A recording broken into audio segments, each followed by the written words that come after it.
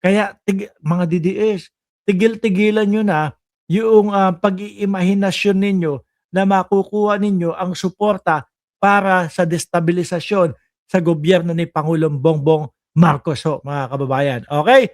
Ngayon, dinaanan ko lang yan, alisin na po natin yan. Naku, rumekta na po agad tayo dito sa isang anak ni Duterte, mga bossing. Bakit po? Eh, si Boy Saksak may sinasabi po, kinakalaban si Rapi Tulfo, mga boss Chipamo, sir. Oh, kilala niyo po si Boy Saksak? Ano? Kung maaalala niyo po si Boy Saksak, ito yung nagalit, no?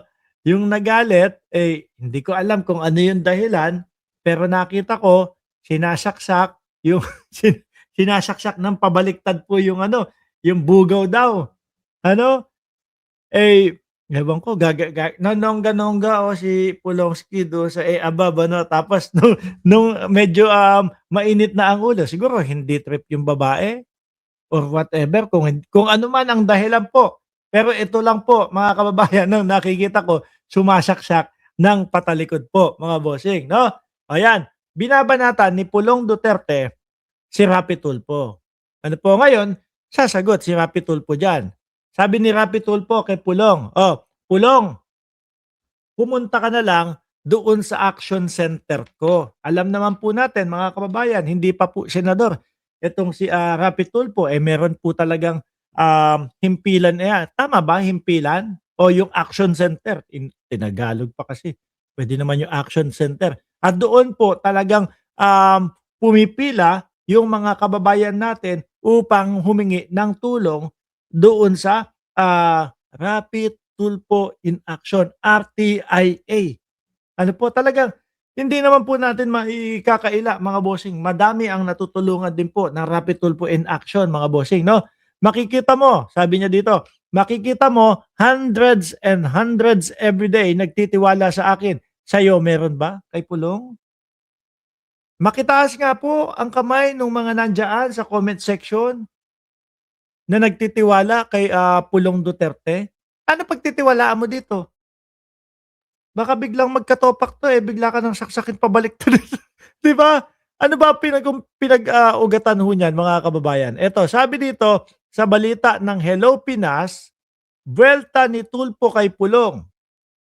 Mariing sinagot ni Senador Rapi Tulfo ang pahayag umano ni Davao City Representative Paulo Pulong Duterte na tinawag na pang-away pang-away-asawa lang ang kanyang trabaho sa pagresolba ng mga reklamo sa ay, wala naman pala kuwentang bumanat kasi naman ito si Pulong Duterte.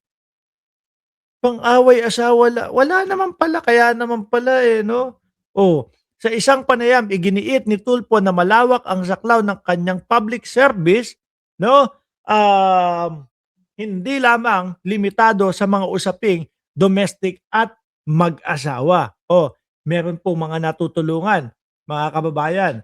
Wag tayong plastic. Totoo, merong mga natutulungan kagaya po nung mga, nai-scam, yung mga tao na, like example, ano tawag dun, na yung hindi binayaran tinakbuhan na, hinahabol, 'di ba? Oh, hindi yung parang, si ke dito nga kay Boy Saksak nga wala ngang kaganyan-ganyan, eh. Wala tayong mapala kay Boy Saksak, mga bossing, ang lakas pang, ng loob na bumatikos. Oh, para sa impormasyon ni Pulong at mga taga Davao, marami na po akong mga na-solve na mga problema sa Davao na imbes na lumapit po sa kanila, ay oo nga, oh yeah, estapa 'no? Oo nga 'no. Biruin mo taga Davao ka, dapat ang una mong lalapitan, tatawagin, papasaklolo sa mga Duterte. Eh hindi, rekta kay Rapi Tulfo, dun sa ano, Rapi Tulfo in Action. Eh sampal nga naman pala talaga yun sa mga Duterte, lalo na dito kay Pulongges, Yotman. Oh, nandiyan ba si Pulongges Yotman? 'Di ba? Para sa impormasyon ni Pulong at mga taga Davao, marami na po akong na-solve na mga problema sa Davao na imbes na lumapit po sa kanila, pumupunta po all the way from Davao at nabibigyan ko ng solusyon. Ang lakas naman din kasi ng loob ni Pulong, 'di ba? Magsasasalita ng ganyan tapos wala naman siyang mga, um pangtapat doon sa mga ginagawa ni Rapi Tulfo. Binanggit din niya, sabi dito, binanggit din niya na may mga reklamo mula sa iba't ibang sektor, ah, mula ano 'yan, sandali, labor disputes, community problem na matagal nang hindi nareresolba, hanggang sa ibang lokal, na issue aniya natutugunan sa pamamagitan ng kanyang tanggapan. Korek po 'yan, 'no? Dagdag pa ng senador, may ebidensya umano ang kanyang aksyon sa pamamagitan ng kanyang YouTube channel na may hundred of thousands cases resolved. Tsaka pinupuntahan talaga nila po, 'no, mga kababayan? Oh, I am Batman. Pulong, pumunta ka na lang doon sa action center ko. Makikita mo hundreds everyday. Hindi mo mapapapunta 'yan? Hindi ho. Kasi alam na natin mga Duterte, mga kababayan, puro ano lang yan, puro pamboka lang po yan, eh. Kagaya na lang, kagaya na lang ho mga kababayan ni, Baste Duterte, 'di ho ba? Yung kay Baste Duterte ang lakas-lakas ng loob maghamon. Hanggang ngayon ho mga kababayan, wala, ni isa doon sa kanyang hinamon, wala pa siyang wala pa siyang, pinupuntahan, wala pa siyang ginaganapan. Si General Nick Torre, 'di ho ba mga kababayan? Bubugbugin daw si General Torre 'pag nagsuntukan. Ayun, nilatagan siya ng ring, boxing ring. Hanggang ngayon po wala pa din, hindi na nagsasalita si Baste. Si Madriaga hinamon din 'no mga kababayan.